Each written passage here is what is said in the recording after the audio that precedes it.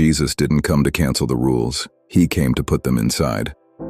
Can you imagine Jeffrey Dahmer, one of the most evil men in modern history, waking up in prison one day and genuinely not wanting to hurt anyone anymore? Not because of prison walls, not because of rules, not because he was trying harder, but because something changed on the inside. That's not willpower. That's not religion. That's what happens when the Holy Spirit moves into a human being. See? Jeffrey Dahmer accepted Christ before he died in prison, and he said it himself.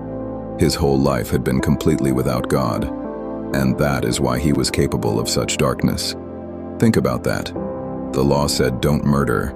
He murdered people, not just one person. No rule, no prison, no punishment could fix what was broken on the inside. And that's exactly the point Jesus was making, because people ask, if we're now sons and daughters of God, what happens to the law? Did Jesus just cancel everything? He actually answered this himself. He said, I did not come to abolish the law. I came to fulfill it. So what does that mean? Before Jesus, the law was written on stone tablets. Outside of you, a list of rules demanding you perform. Don't do this, don't do that. And every single person who tried kept failing. Not because the law was wrong, but because your nature hadn't changed. You can't fix inside problems with outside rules. That's like putting fresh paint on a crumbling wall. It looks better for a moment, but the wall is still crumbling. So here's what Jesus did. He didn't remove the law. He relocated it. God said in Jeremiah 31:33, I will put my law in their minds and write it on their hearts. Not on stone anymore, on your heart. So after salvation, the Holy Spirit moves inside you. And instead of rules demanding you perform from the outside, you have a conviction pulling you from the inside toward the life Jesus lived. It's no longer, don't do this, you white-knuckling it trying not to. It becomes, you genuinely stop wanting to, because your nature changed. Ezekiel 36:26 says, I will give you a new heart, and put a new spirit within you. I will remove your heart of stone, and give you a heart of flesh.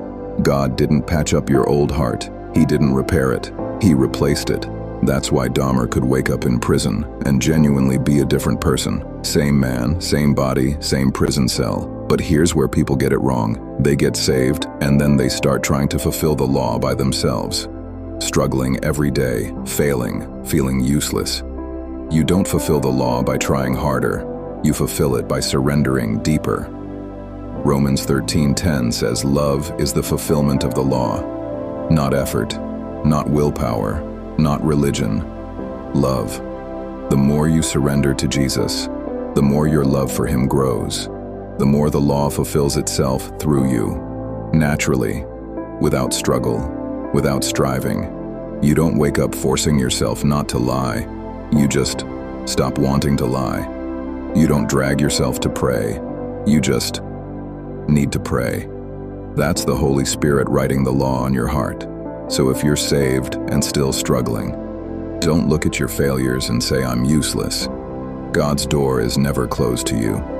Hebrews 4:16 says, come boldly to the throne of grace. Not shamefully, not feeling disqualified, boldly. Because Jesus already knew you were going to struggle when he saved you. He's not surprised by your failures.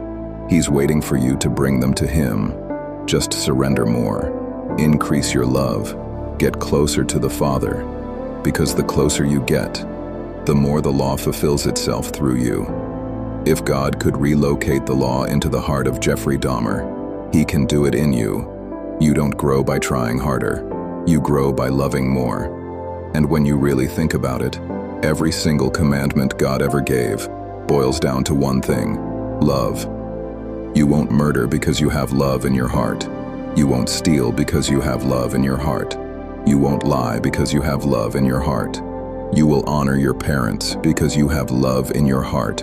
You will put no other gods before him because you love him. Jesus even said it himself.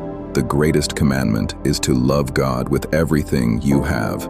And the second is to love people the same way you love yourself. He said on these 2 commandments, hang all the law and the prophets.